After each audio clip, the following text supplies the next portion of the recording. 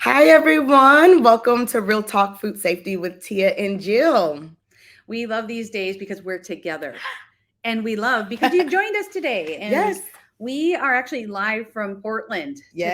today. We're happy to be on the West Coast. We are. We are. So, hello to all of our West Coasters. Yes. It's so funny because, it's 9 o'clock here, 9 a.m. And so, it's funny. It's kind of throwing us off a little bit because we're typically right noon Eastern time, which is for me, really, Mhm. because I'm in the Eastern time zone. So, it's a little different. But we love being here on the West Coast. This is my first time in Portland. You've been I've here been here before. yeah. Yes. So it's nice just being here and being able to see people in person, right? Mhm. That's starting to pick up a little bit more. So yeah, we are live from outside of our homes and together. Yes. Always great. Yes. So we're curious, where are you today? Yes. And we always like to ask what it's like. Mhm. You all know that if you've been on this journey with me, Minnesota, we go from 80 one day to like a high of 35. Right. So I'm so pleased to be in Portland where like I was walking around with just like a light sweatshirt Nice. on today. Yeah, it was outside. nice. It Mhm. was nice. I do like the warmer weather, so I am looking forward to the warmer weather. But it has been nice here, very nice here, where you can just, like you said, put on a Walk nice around. sweater and walk around. So that's been really nice, and the weather has been great. I feel It has like been. just from no rain, sunny. So that has been really nice. I'm looking out here because we have some natural light coming We in, and do. we have a beautiful view. We do. And it's really nice out. So hopefully the rest of you West Coasters are also having nice weather. Yes. And you know what? Today we are so happy to talk about responsibility and authority in food safety Yes. quality. Yes. So, we kind of threw out the question, Mhm. is responsibility the same as authority in food safety and quality? Because you probably have had the responsibility of food safety, Yeah. right? Like that's a part of our role.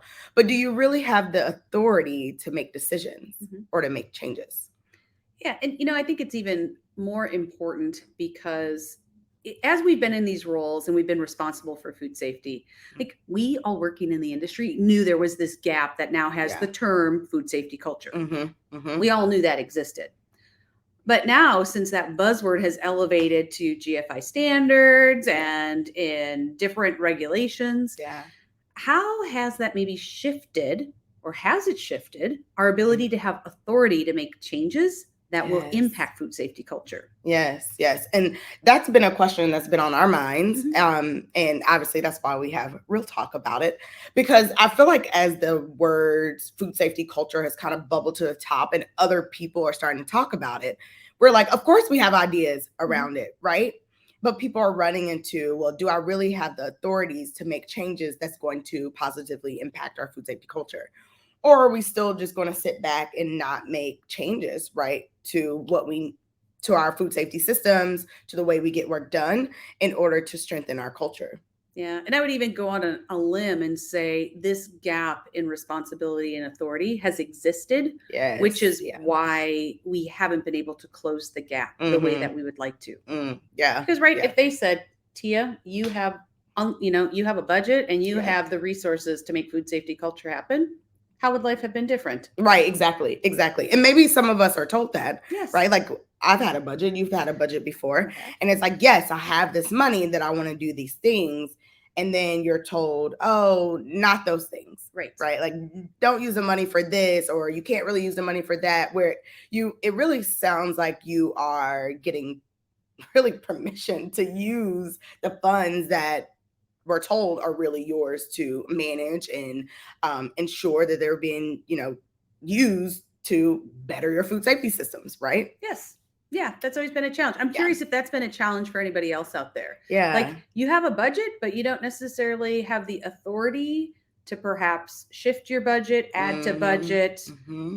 kind of identify places where you want it to go. Yes. So Yes. as you're putting those in, like shout out, good morning, like Good Tammy and morning. Molly, Erica. Like I love that we've got like Texas and Missouri, Florida, Yeah. India. Thank you for joining. Wow, yes. And Toronto. Good morning, everyone. Good morning. Good morning. And yes, this is such a great topic because I feel like we all have felt this way at some point in our career, or maybe you're even still feeling that way now. So please add your perspectives in the comments, add your questions, add your comments, because obviously we can see them, we can see most of them, and we like to incorporate them on the show. Yeah. And I think as we talk about this, it even comes up in these different questions. So sorry, I want to give more examples. Yes. Like if I need help, like if I need Tia's help, can I go to her directly and be like, can you help me? Or do I have to go through Tia's perhaps direct boss? Right. Exactly. Oh, that's big. I mean, that's like layers of the organization, right? Like, do I have to talk to this person and this person and this person versus like, can we just get together and make this happen, right? And make the change, or do we have to go through all of these pieces? Right. Or what if you helped me this week, but the next week I need more help? Can I just come ask you again, or do I have to go ask somebody again? Exactly. And Erica, you put down that you have this challenge and you don't even have a budget, so that means you're trying to make changes, right? And you have to go ask someone. Yes. That has a budget, that probably needs to ask someone if they can spend the money. And before you know it, there's 5 people that need to say yes before you can even make a simple change, right? That costs a little bit of money. Yes. And, I think that even comes through when we talk about, budget, because can I buy whatever I need that's within my budget, or do I need to go through an approval process? Right. Especially if I've already budgeted for it. I've certainly had both situations where the answer was, yes, you do need to have approval. And sometimes, no, you don't, but only for certain things. Right. Exactly. Or it might not even be your budget. It might be that you are making decisions and then someone's like, oh, no, you can't make that decision. That's not your decision to make. Or your hand gets slapped for making a decision. Oh my gosh. Yeah, I may have heard of a story, like a friend who, working someplace, and they said, full disclosure, right? It was, we always meet all regulatory requirements. Awesome. Like, that's pretty straightforward. I can understand that minimum requirement. So one day, all of a sudden we're looking at labels and something is not quite right. So what do we do? I had the direction, we follow all regulatory requirements. We do, let's stop. We don't want to make more product with this label that is not correct. Got my hand slapped. That was not in my authority to make. And believe me, that was a pretty big moment of, now I understand where my role is here. Right. Yes. That told me a lot about food safety culture in like 5 seconds. And what they thought of the value of my role. Yes. Oh, that is so big, right? That's big, because you are operating in the quote unquote boundaries of what your job, that responsibility, right? Like what your responsibility is. But then as you try to execute that, then there's hand slapping. There's, oh no. And sometimes it's like, oh, I definitely got my hand slapped. Sometimes it's a little pushback, like, oh, not right now, or roadblock. Yeah. Like, Erica, you're saying like you get roadblocked. That's them trying to tell you, oh, you really don't have the authority to make this decision, when in reality, like, we kind of need that authority. We do. And I think that comes back to clarifying expectations, because really what I experienced was a shift in an expectation from a situation that had happened earlier, but I hadn't known that. Yeah. And I didn't know that I needed to ask the question about how that changed my authority to make decisions in that situation. Yeah. I want to mention what Chelsea mentioned. She talks about justifying every food safety culture spin with the plant director or with corporate quality. I think one thing, especially as you think about corporate quality is there to help the facility, right? And to do this work that the facility can't do because we're focused on the day-to-day, the manufacturing of the product. But if corporate quality is blocking efforts of the facility, right? Again, it tells you about your food safety culture, but it's really also that responsibility versus authority. Yes. That's really interesting when you hear stories about, like, you're trying to do things at the facility, but corporate is, oh, well, do they really need this? Or is it really in the plan? Or in the facilities are like, we need it. Like, yes. How do we scream even louder, right? But, the corporate quality is blocking it. Yes. Like that means that there's not a true connection, right? Or food, well, ultimately it's all food safety culture, right? Is not where it needs to be. It is. And Mhm. Chantel, thank you for sharing. You're definitely not alone. Yeah. I love when everybody shares stories, or, just even that, dare I say, validation, because Yeah. in those situations I thought, wow, did I overstep? Did I Yes. approach it wrong? Did I say it wrong? Did I not? What should I have done different? Yeah. Well, at the end of the day, yes, there are things I could have done different, but I also had to stand in this space of going, I did not do anything wrong. I was Yeah. working on the interest of what was shared, the Mhm. expectations we were under, but yet it still felt like Yeah. not so fantastic. Yeah, So yeah. I remember when my hand got slapped. I just remembered this. My hand got slapped because an operations leader really wasn't making the right decision around food safety. mm, And they felt like I shouldn't have been a part of the conversation. It should have just been HR that's around the oh, conversation. And I remember when it was like, I remember maybe it was my manager that was talking to me. And really, honestly, I took the opportunity to be like, oh, okay. Yeah, in my past, I've done it this way, but we've had a stronger food safety culture, mm, And I don't think I used the word food safety culture, but I think I kind of talked about how, like, oh, we were more collaborative, or we really worked hand in hand. And I was new to this organization, so I really could use oh yeah, in my last role, we were really a lot more collaborative. And so we worked on this hand side by side. yes. If there was a food safety issue, it makes sense that we're not there yet here. So it's almost like but I'm also, I guess I'm also really You're getting a snippy, little dig in right? there I'm also too. a little. You guys You know were me. feeling a I'm little like, snarky, I'm and it not. came through, but that's, you know But what, that's where we are sometimes it when we is. when we are challenged, because I always think we're like the conscious of the organization when it Mm-hmm, comes to food safety and regulatory. mm-hmm, mm-hmm. And being able to effectively influence, communicate, clarify is something that, for at least for me, seems so obvious. Like, well, of Yeah. course this is a food safety issue, people. Right. I shouldn't have to remind you. Right. But yet, because at that time it seemed so obvious, it wasn't until I got to be a better influencer and Yeah. better at standing in uncomfortable questions Yeah. that I could make a bigger impact on where my authority was, and Yeah. understanding where that was. Yeah. Yeah. Absolutely. So, Absolutely. whew. Yes. So I love getting this out on the table, because like you all are putting in the comments, right? Like, we've all felt this way. Yeah. And it seems like even when you join an organization, or you are, doing your responsibility, it seems logical and obvious that we should have the authority to act. Yes. And as a matter of fact, organization tells us, like, Yes. oh, go act, go do this. We want you to do all these Stop things. the line. All Exactly. those things. But it doesn't always happen. We don't always have that authority. So we're going to dive deep into that, on why that might be, and how to change it. Yes. And if it is your first time joining, whew, you just got us all fired up right away. Right. But the reason we get so fired up is because we understand that being in food safety and quality, like, we are technical experts, and we can whip out HACCP plans and corrective actions and all of those things, and we're really good at that. Yeah. And we're also good people, and we love people, which is why we're in this space. But we also sometimes need some support to step into our power to be better leaders. Yeah. Because when we talk about food safety culture, that's really about us saying, this is what I own this, and I'm going to figure out how to drive this better and different. And since I've been there, I know that can be a bit scary when you're like, how do I actually do that? Mm-hmm. Well, that's what we do. We don't want you to have to go through that alone and figure it out, because we have gone through it. Yeah. And what we recognize is there is a gap in providing the right type of leadership development for people like you, people like us, who this is where we live.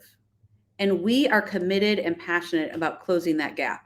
Mm-hmm. And that's why we have a progressive program, well planned, that's practical, relatable, and grounded in coaching. Yes. We're not talking at you in training. You don't need another training. You need what we need, or what others tell us they need and is helpful, is someone there to ask harder questions, bigger questions. Yeah. Helping us think about how does this fit, and how do I intrinsically move this forward and understand how to source from within myself to make this Yeah. happen? Because you Yeah. can, each one of you out there. Yes.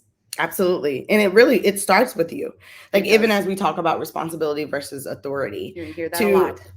it starts with you on what are you doing about it? How are you even contributing to the situation? What should you do next? We were talking the other day, and Jill, you said something like, your leadership is just not going to wake up and get it. No, Like, they're just we've not been going to get waiting it. for that for decades, for them to be Exactly. like, oh my gosh, I totally get. We need to help food safety. Right. We need to invest more. Exactly. Not happening. It's not going to happen. That's not going to happen overnight. And right? it won't happen with food safety culture being a buzzword either. FYI. Exactly. Exactly. So that's not going to happen, right? We know that. But there are things that we could do within our own circle of influence. And that's really what we talk about a lot. How do you build your circle of influence? How do you really think about your own mindset and how you show up and what type of leader you want to be? And then how do you go out and start being that leader? Yes. Right? And continue to build those skills. And so we focus a lot there. And so, we love it. And we look, obviously, which is the reason why we do it. And then Real Talk just allows us to bring these concepts to life here and have discussions with you all. Yeah. So welcome. Welcome. Yes. So let's talk about why, right? Let's talk about why. Yeah. This whole concept of, and we've talked about this before too, which this is how things happen on Real Talk. We have conversation. We're like, we should talk about this with others. But like, one of the reasons why, you'll see why people have trouble with this whole idea around responsibility and authority or permission, is that we really have been taught that we should ask for permission, right? Can I talk, please? Right, exactly. And it's really the whole.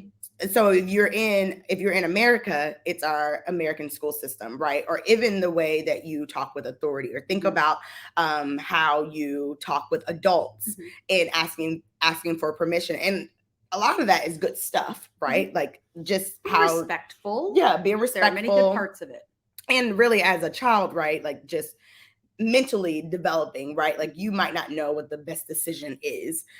So asking for permission is more like, no, you can't do that because there's no guardrails, right? Like, you might fall off, or you might walk into the street, or right. So it's our safety, our own protection. Exactly. But we continue to do that even as we become adults. We continue to say, oh, I don't want to step into that space because I haven't gotten permission. Or, I even see it with people that I've led before, where they're asking me questions on like, oh, should I do it this way? Or should I do it that way? Or can I do this? And really, I want to you can do it however you want to do it. That's why I hired you. I don't want to do it, or I can't do it because I don't have the time.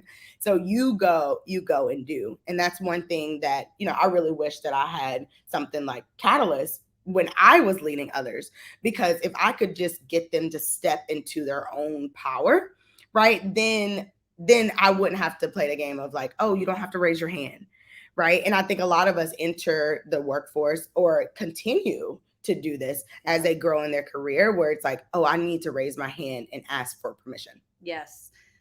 And, and I think when we're in the roles that we are, and we know the right things that need to happen, at least even several options, when we are forced into a spot or put in a spot where we're supposed to ask permission to do the things that we already know we're supposed to be doing, right? Yeah. It feels uncomfortable and unnatural. And I think in general, then it creates this tension because we know what to do, but yet we're being questioned all the time, or we're being told we have to ask permission.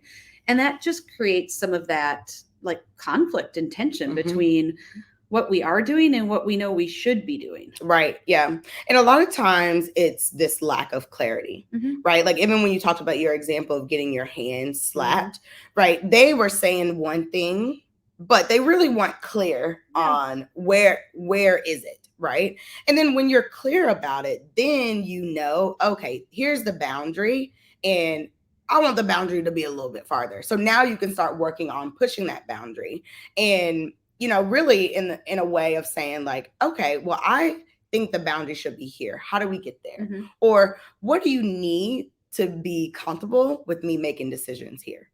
and start having those conversations. But it goes back to, you have to be willing to do things without always needing to raise your hand. Right. And Mm-hmm. it's stepping sometimes into that authority that I grew up in the Midwest where it's this Minnesota nice. We tend to be passive. Yeah. That isn't so helpful when I am working in food safety and quality. Yeah. It really took me stepping into a space where I had to source power from within to be like, in these moments, this is when I have to be like, we're doing this because of this. Yeah. Yeah. Yeah. Authority. I'm not asking permission anymore. Right. Exactly. Absolutely. And if you are a leader, right, and you and your team, it doesn't seem like your team can get out of the asking for permission or always running it by you, then we always say it starts with you, right? Mm-hmm. Take a look at yourself. Have you set clear expectations on where those boundaries are and when you need to be into the conversation, right? Is it written down what they should do? Do they have decision trees or charts, right, that says when this happens, you go and you know what to do, you know how to problem solve, you know what tools to use when it gets to this, whether it's dollar amount or amount of product, or maybe their VP is getting involved, so now you need to get me involved, whatever it happens to be. What are those clear guidelines for your people where they know that they have the permission to step into it? Yeah. And that's so important because otherwise we tend to be micromanagers. Yes. And so even when I had my hand slapped, there was a time period where I felt like I was being micromanaged because I had to report in about everything and what was happening.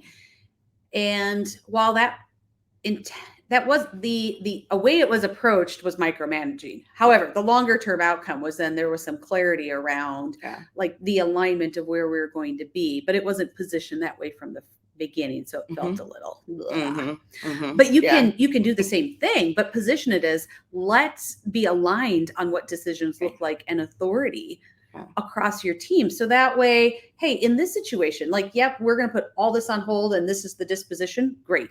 The next time that happens, just let me know, like, before we get to that point, and we'll just review it real quick and then move forward. And then the next time it happens, you're like, do what you did last time. That was great. That is now within your authority to do. Right. Yeah. There is a process that we can use to help people know what that looks like and help move them into this role with comfort, guidance, and support versus putting people in the role when you don't feel comfortable. Because I've been in that too, where they're like, well, you should make the decision. And I'm like, let's talk about COVID, right? Yeah. You need to decide what we need to do, Jill, to keep people safe. And I'm like, I don't know what we need to do to keep people safe. Yeah. That is outside. So don't grant me the authority to make decisions in a space where I'm not, even though, right, I could go and, obviously I went to some external resources and I did some other things, but right, there's a difference between giving authority with support and guidance versus giving authority when you haven't provided support and guidance. That's a big one. And it's really, I think when we look at like you and yourself, like there is a time where you have to say that. And same thing happened to me with COVID. Like, what do we do? What do we do? And I was clear, this is not a food safety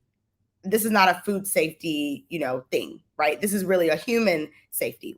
At the time, we didn't have anyone that really managed human safety at this organization.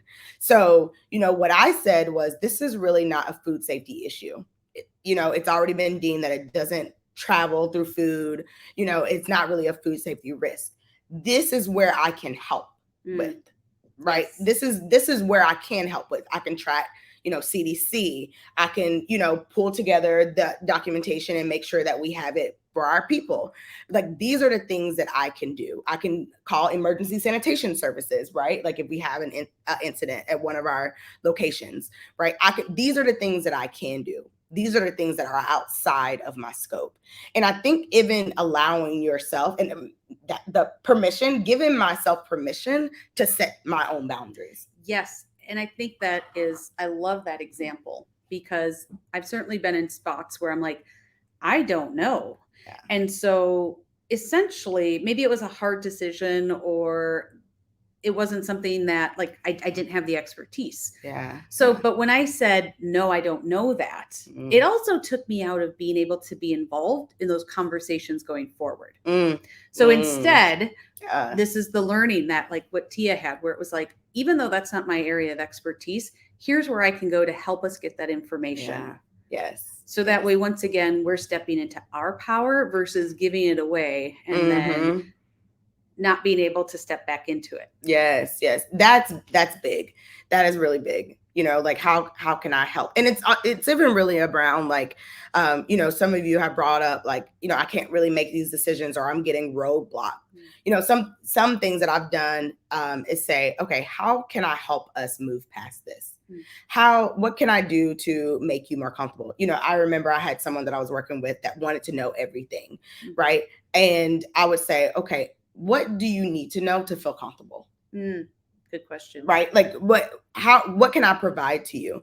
The best thing that I heard from a manager that was not a micromanager is that she said, I just don't want to be surprised.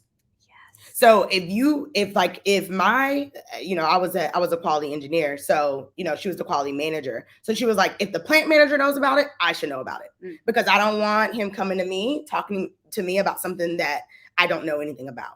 So within your authority, within your responsibility, just make sure I'm not surprised.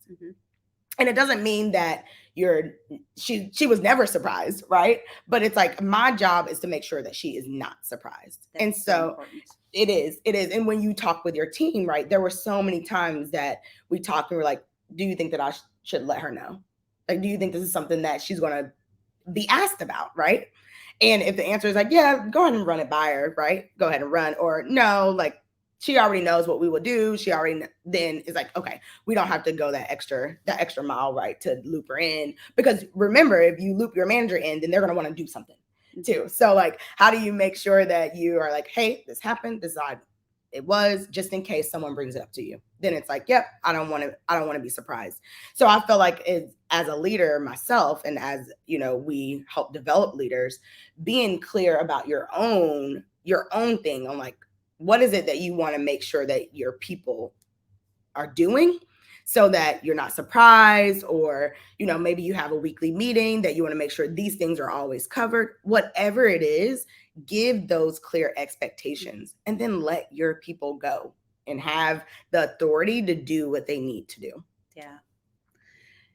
Oh, and thank you for the comment that this is our main challenge as food safety professionals. And that's why we wanted to talk about it today. Yes. Because one of the things that we notice is, like Tia said, it starts with us. And so, we have a couple more examples of like, how does this show up? And we're curious which one, maybe lands with you and you're like, that's where I'm at. Yeah. But then also, like, what are some things to do to navigate forward?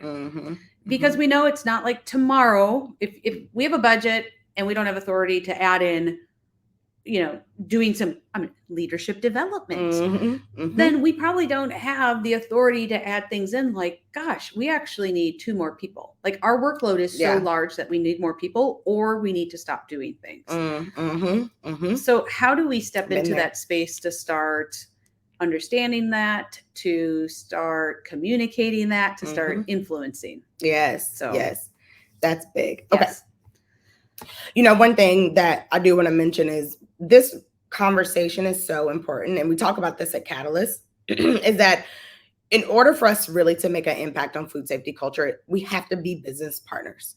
And business partners make decisions, and they have that authority to act. And so if you're not in food safety, right, and you're trying to build your food safety culture, or you're in food safety and you're trying to build your food safety culture, the goal is that you are seen as a business partner, because then you are there with the organization along the way, and you're making those decisions, and you have that authority too. So for us, that's always been our goal on how do we make sure that food safety is a business partner for the organization. Yep, we're not making decisions in a vacuum, and we're not taking authority to be fiscally irresponsible. Right. Exactly. It's all with being a business partner to drive, enable growth, meeting goals. Right. Yes. Exactly. So let's talk a little bit about how, like, if your food safety and quality team or team member or leader does not have the authority, right? How does that show up in the day-to-day work? The big one that we always hear, tell us if you've heard this one, there's never enough time and never enough money. I think that's probably the biggest one. Yeah, absolutely. And we talked a little bit about budget, right? Many people had examples of budget because we're always told, right? Like, there's not enough people, there's not enough time, there's not enough money to do the things that we want to do. Yeah, and really true authority means, as a manager, I have the authority to have the right number of people to achieve the work that I've been assigned and the goals that we've been given.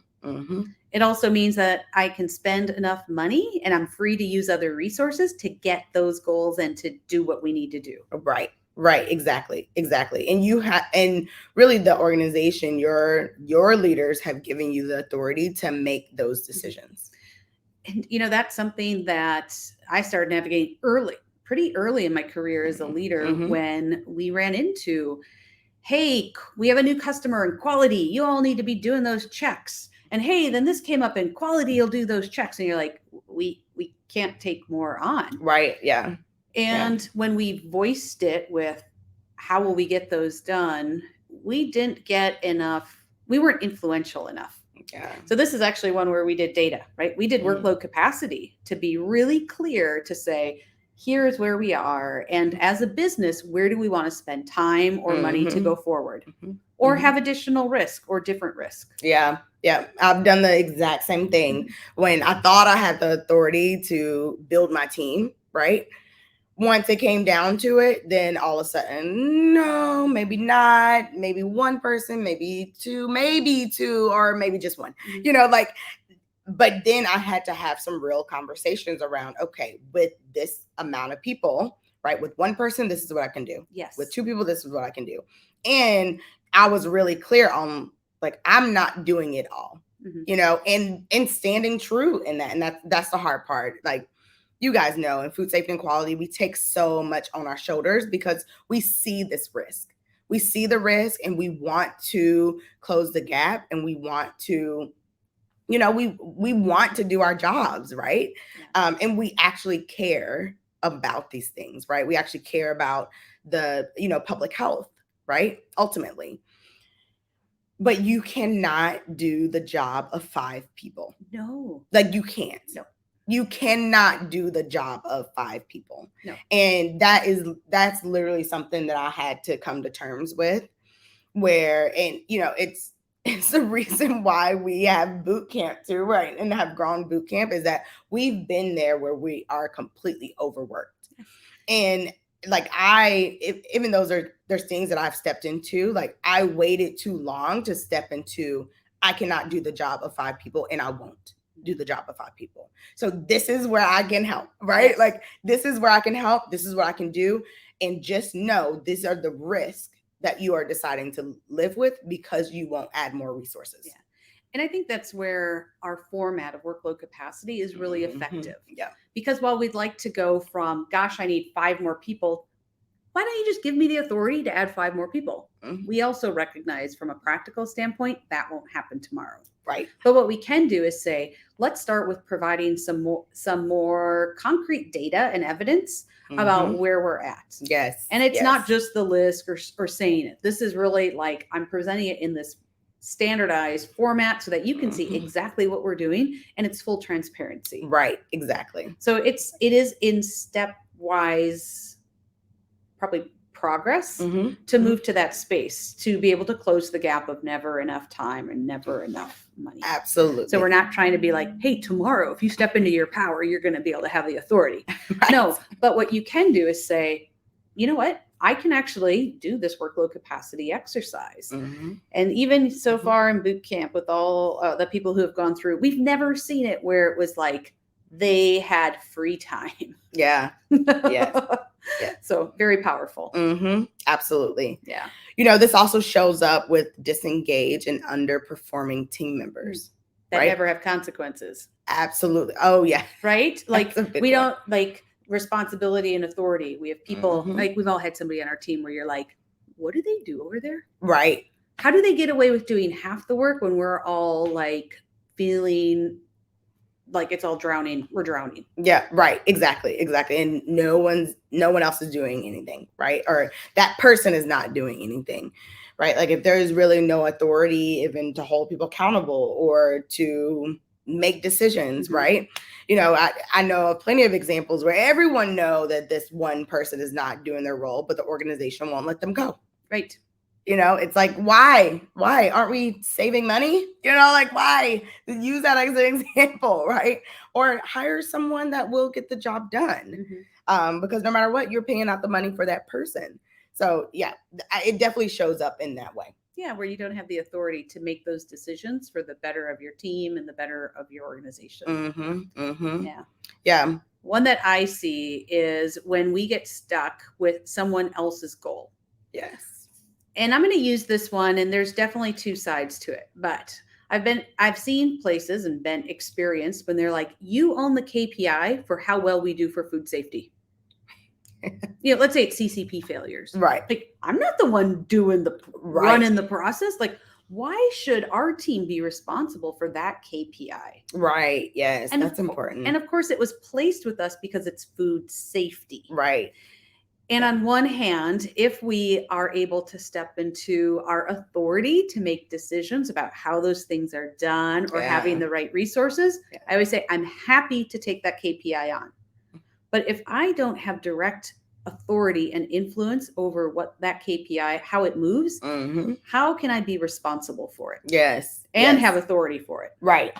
Absolutely. I think that's a really big one because sometimes people try to put things on your plate. I thought you had a really good example of someone trying to give you authority, but you don't have resources or anything, or not. And I think this is a really good example of that, like where you're not even, you can't even influence the metric in any type of way, but someone is trying to get that off their plate and put it on your plate, right? And so that's really around you being able to say, no, like this is where I can help you, right? But really you own this process, right? And you do have the authority, right, to make this process better or to ensure that, maintenance PMs are done because so that we won't have metal findings or whatever it happens to be, right? To make sure that we're not having CCP issues.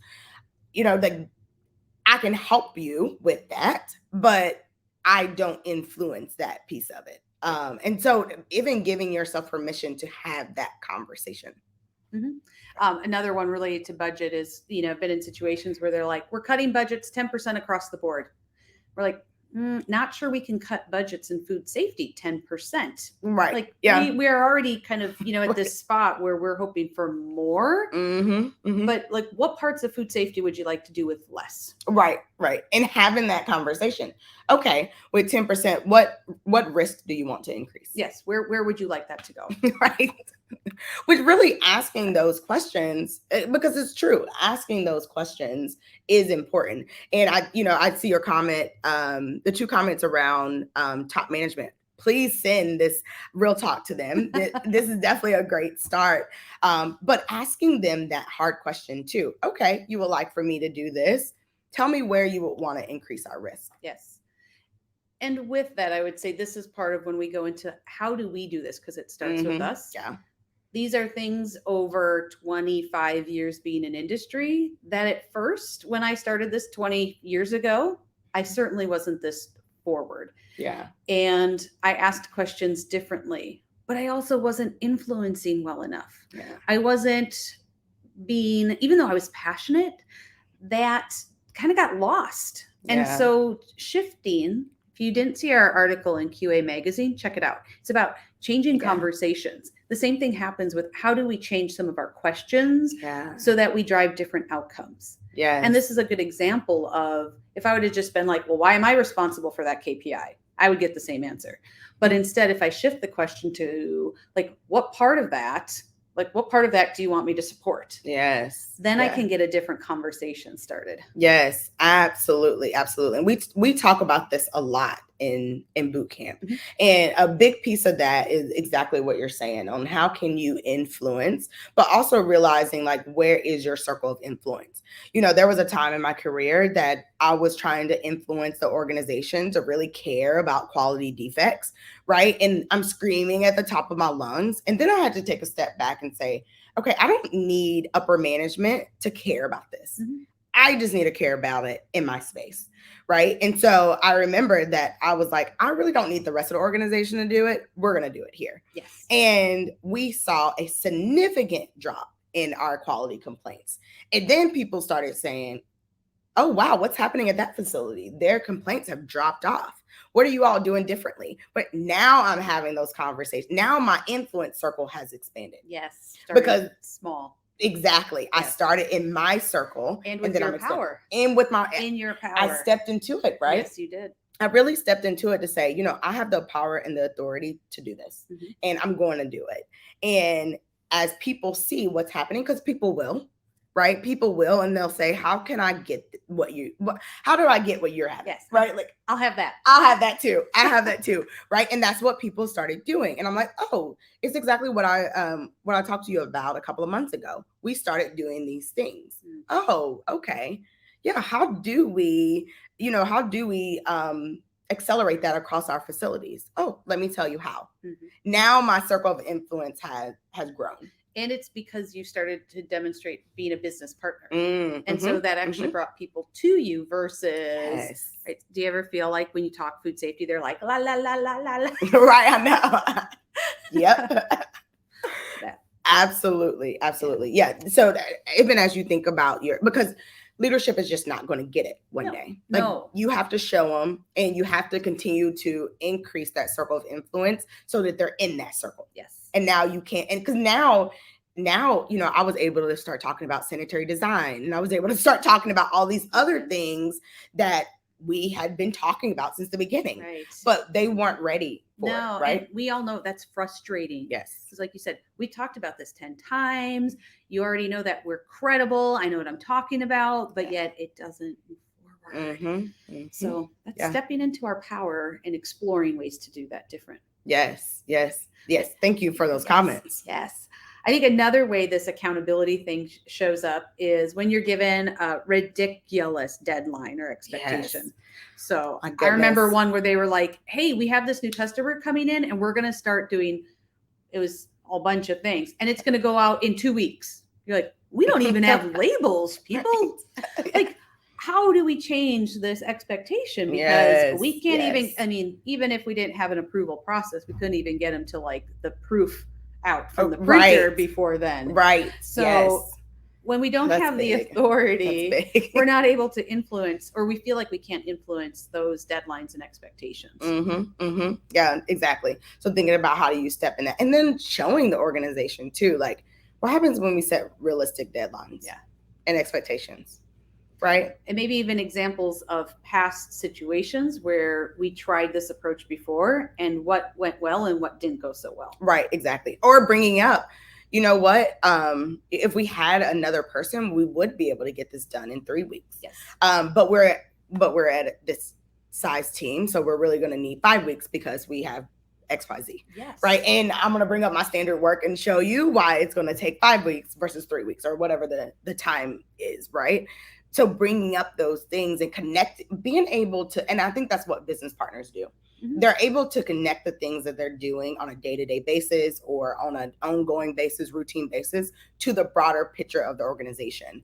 And typically, if you are looking for more resources, you're going to have to say it more than one. I mean, that's just a part of the organization. Right. But you're using opportunities, and you understand the business enough that you're using those opportunities to connect them back to your purpose, right? And to your strategy.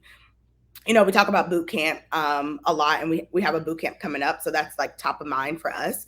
But in the fall, we'll be launching Strategic Leader. And that's the next step after boot camp. And strategic leader really focuses on some of those things that, okay, now I have that foundation. How do I now really start tying that to the business so I'm a more strategic leader?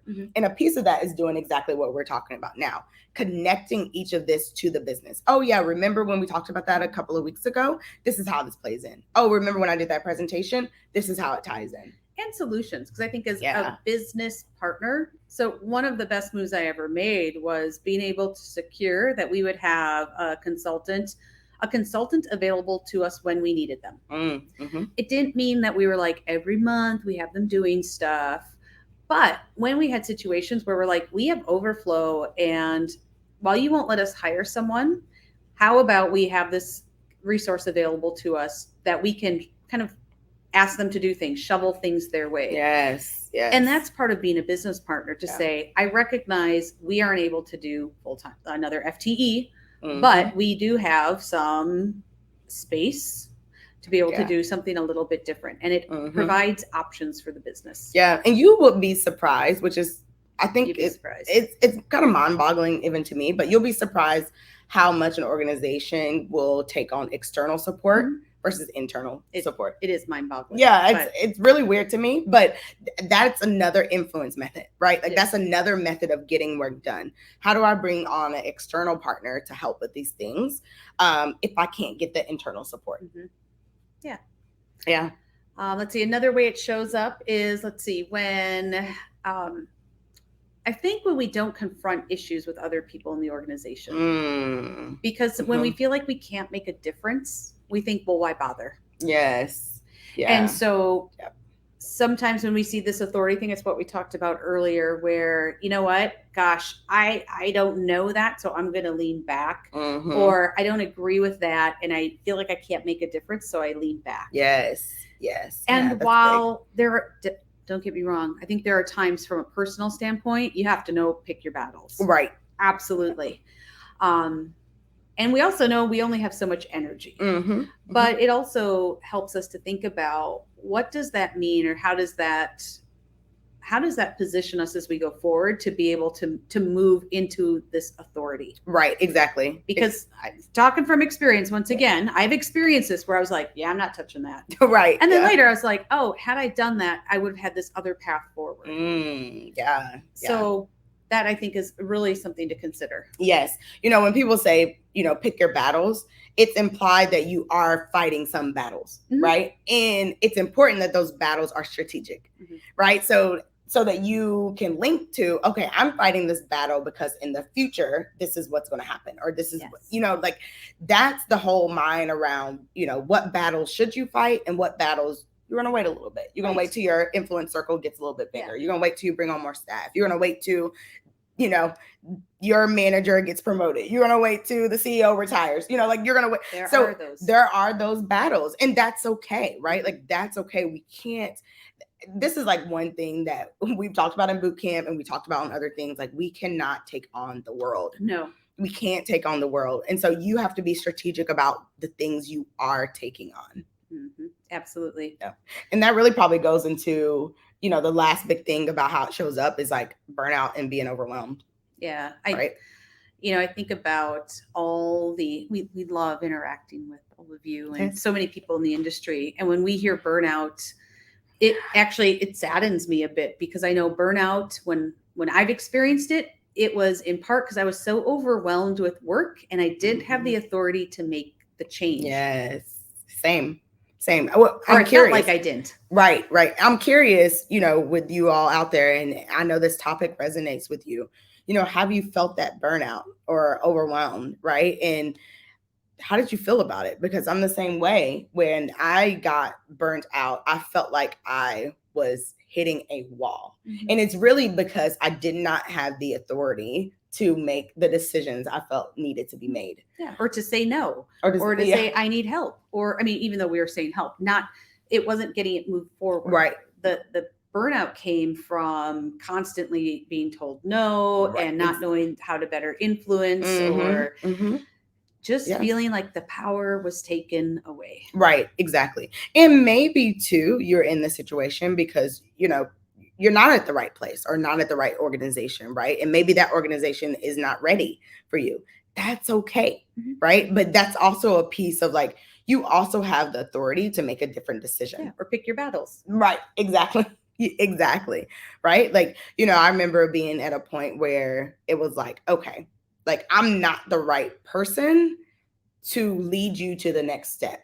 So I need to help you find someone else that can help. And these are the things you want to look for in that next person. But this is not the battle I want to fight, right? I want to go fight other battles, right? Because this is where I really feel like I can make an impact, or the type of impact I want to do. Yes. Right? Yes. Gosh. Yeah. Chelsea, well, Chantel, thank you for sharing, right? Sometimes we feel like we're on an island and I don't know, right? Treading water. We're just hoping to keep above water and overwhelming. Chelsea, following from job to job, I've been there too, where I could see the pattern. And of course, it was me being open enough to go, oh, I think there's something, maybe there's something here that I'm contributing that isn't necessarily bad or wrong, but I'm getting the same results. And that was for me stepping into leadership different. Yeah. Because I recognized that using data will set me free, and all these other parts that seem so logical to us, because well, they are, but they aren't to everybody else. And part of it also was understanding that the way I was attempting to be a business partner wasn't as effective and influential as I needed to be. Yeah. So I needed to look at that a little bit differently. And it doesn't mean it's perfect. I'm still learning all the time. And I love when we have these conversations and communication with people, and I'm still going, oh, that's another great way to do that. Yes. Yeah. So. Yeah. And it's, we kind of started this conversation talking about school, right? Like, and this is why we focus on technical people, right? Technical people like us, because we've gone to school and we've always been told. So, you all know that I went to engineering school, and it's always show your work. Yes. Right. Show your work, show your data, show We'll see it. Right. Exactly. And then if you show your work, even thinking about like, if you show your work and even get the answer wrong, you've shown your work, and you might get some points for showing this data. But in reality, the way people work is that for some reason, and there's science out there, I'm sure, that will tell us why we're like this, but we will see the data. We say, and the easiest example is health, right? And like, we know we're supposed to work out 30 minutes a day. We know that. We know we should eat more vegetables. We know that we see the data, right? We know the data. We hear it every time we do our physical. We know these things, but just data alone is not enough. You really start to see people make a change, unfortunately, when they have a health scare, right? Or someone close to them has a health scare, or something else happens that pulls on those emotions. Then we start seeing some transformational change.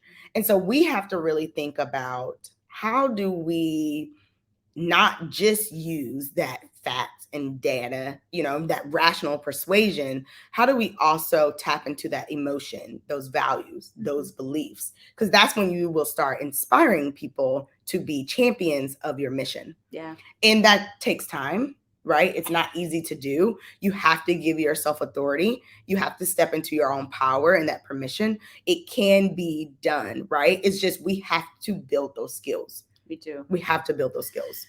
Yeah, that might be a whole nother show, because I don't know if we've done one recently on influencing. I don't think we have. We might have to. We'll circle back around to that, right? Because I think even with the influence, it all starts with us taking that ownership. So it wasn't, Chelsea, thank you for that, for that part of the conversation. But it wasn't until I was like, oh, like I need to own leading differently, and I have to own that. Wow, I don't know. I don't know. But I'm committed to doing something different, and I am committed to having a different outcome. And I'm going to pick the vegetables and the exercise, even though I'm not sure what recipes I'm using. Yeah. But I'm still going to go into this unknown, because instead of sitting back going, oh no, I mean, this is what I did. Oh no, poor me. This sucks. It's them. Blah, blah, blah, blah, blah. I had to be like, no, like it's me. Mm-hmm. So I had to step into being my own champion versus I don't like to say I was playing victim, but reality was I was. Yeah. I was not stepping into my power. And so when I did that, that is when incrementally I started seeing the changes that I wanted to see Mm-hmm. and being able to create authority in spaces where I needed to, I wanted to, I could, and Yeah. recognizing that that would lead to more. Yeah. Yeah. I like that question of like, how am I contributing here? Mm-hmm. Right. And thinking about every situation on like, how am I contributing? What, and I think that really goes to like, what's in my circle of control and my circle of influence. Like, what am I contributing and how can I help it? Like, what can I do? What solutions can I provide? Yes. And I think that even goes to like a lot of what we talk about with leaning into authority Mm-hmm. is some of those things. Yeah. Like, where do I influence and how do I step into that Yes. before I've been told to step into something? Yes. Yes. That's important. Like when you think about people who have stepped into their power, right? Like they ask before they're told. Yes. And it may not always be the ask like, hey, I want, can I control my whole budget and add $1 million? Like it might not be that big of an ask, but Right. it might be, hey, I see incrementally over the next 5 years that our department is going to need this to support our bigger business goals. Mm-hmm. How can we start talking about how do we shift these things? Right. Right. But it's taking the initiative so that people go, wow, like you're thinking ahead to the next step and leaning into being a business partner and taking ownership. Right. Yes. Because I think in organizations, sometimes what we see is because we've been right, there's always a few people who like power, Mm-hmm. but when they see that others want it, it's not that they don't want to give it, but yet you have to ask for it. People aren't just going to be like, hey, Tia, yes, why don't you go add $1 million to your budget? Right. Exactly. We'd love it if they did. But. Right. I think that goes to the question of how do you give yourself the authority without going against top management? I think it's all around asking and being collaborative, right? Yes. On asking those questions and asking for clear expectations on, okay, I see the boundaries here. How do I increase it? Yes. Right? Like, how can I help here? How do I give you more information so that I can make this decision? Right. And I would even say, like, not even necessarily talk about it like high level pie in the sky. As these decisions come up and you have something where it's like, oh no, you can't make that decision. Then it's more like, okay, in the future, how do we set up things so that I can make this decision? Yeah. And I would say one of the places that I see this is like events on the production line. Yeah. I mean, how many, I'm going to use this as an example because I think we can all relate. Like, oh my gosh, something went wrong. We need to call our manager over or Right, food yes. safety. Yes.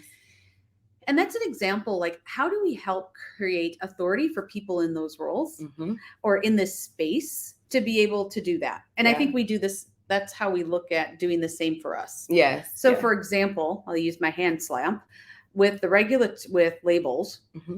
Part of it was going, okay, this is what we did this time. So the next time this happens, this is what I'm going to do. Are you okay with that? Yes. Yeah. And so I think it's also that clarifying expectations and you have to stay in that moment a moment longer to ask those questions. Yes. Yes. That's important. Staying in that moment longer and knowing what's important to them, right? Like if line downtime is important to them, then calling out, okay, in this situation that you've kind of set boundaries around, right? In this situation, the line is going to stay down an extra 10 minutes because we have to contact all these people. How do we make it that I can make this decision so the line downtime will only be 2 minutes? Yes. Now, if they care about that, right? If they don't care about it, then don't use that as a reason. But an right? example of how to connect something that really what's in it for them. Exactly. What's in it for them? What's their beliefs? What's their values? You know, what do they care about?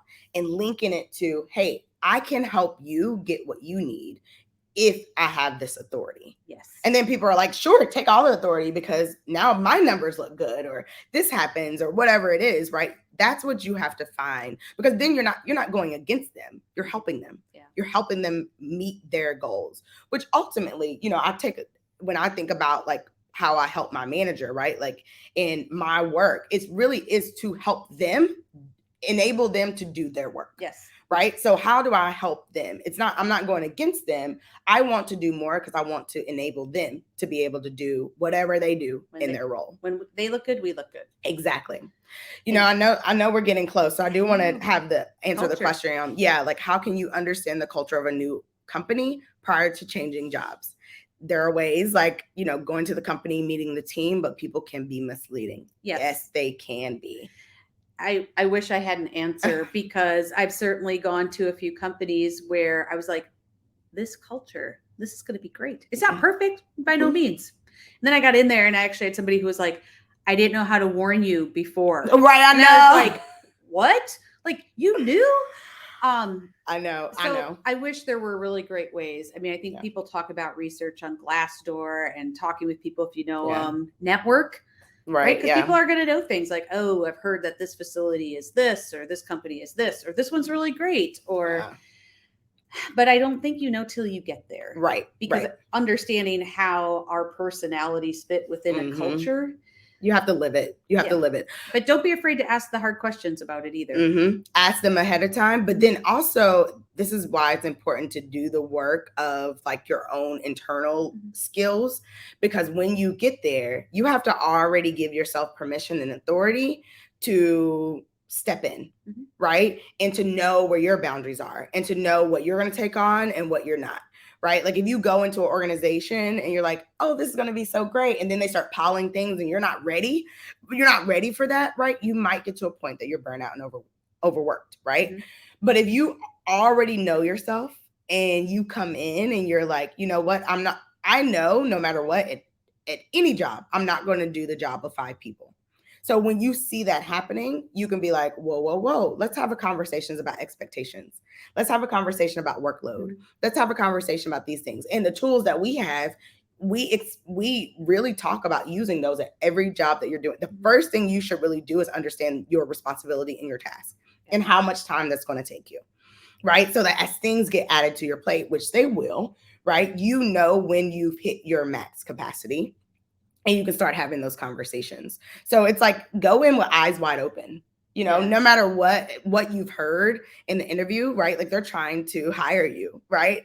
But go in with eyes wide open, know where you want to help, right? And know what your own boundaries are and what power. And you bring so much power, right? Like they want you. You bring so much power to the conversation and to the organization. Use it. Yeah. And I'd say be detailed. So, even asking questions in the interview, like, okay, if we have an issue with the label, what are the actions that are typically taken? Yeah. If we are projecting out the next 5 years, how is food safety being included and considered to be able to help that growth? Right. And I think being very specific can help us start to understand that. But I think until we're there, we don't really get it yet. Right. And I hope that if people are like, I found some ways to better understand that, share. Yes. That's how we get better together. Absolutely. Whew. Absolutely. I know. And we're at time, aren't we? Yes. And we're here every single week, right? So please join us again next week, noon Eastern time, 11 Central, 9 a.m. Western, West Coast time, Pacific, I should say, time. We're here having these conversations because, even if you've taken one thing away from today's conversation, maybe it's like, I love the overview and the comment on like, even if it's just finding out what's important to my top management, because even that is going to help you, widen your influence circle.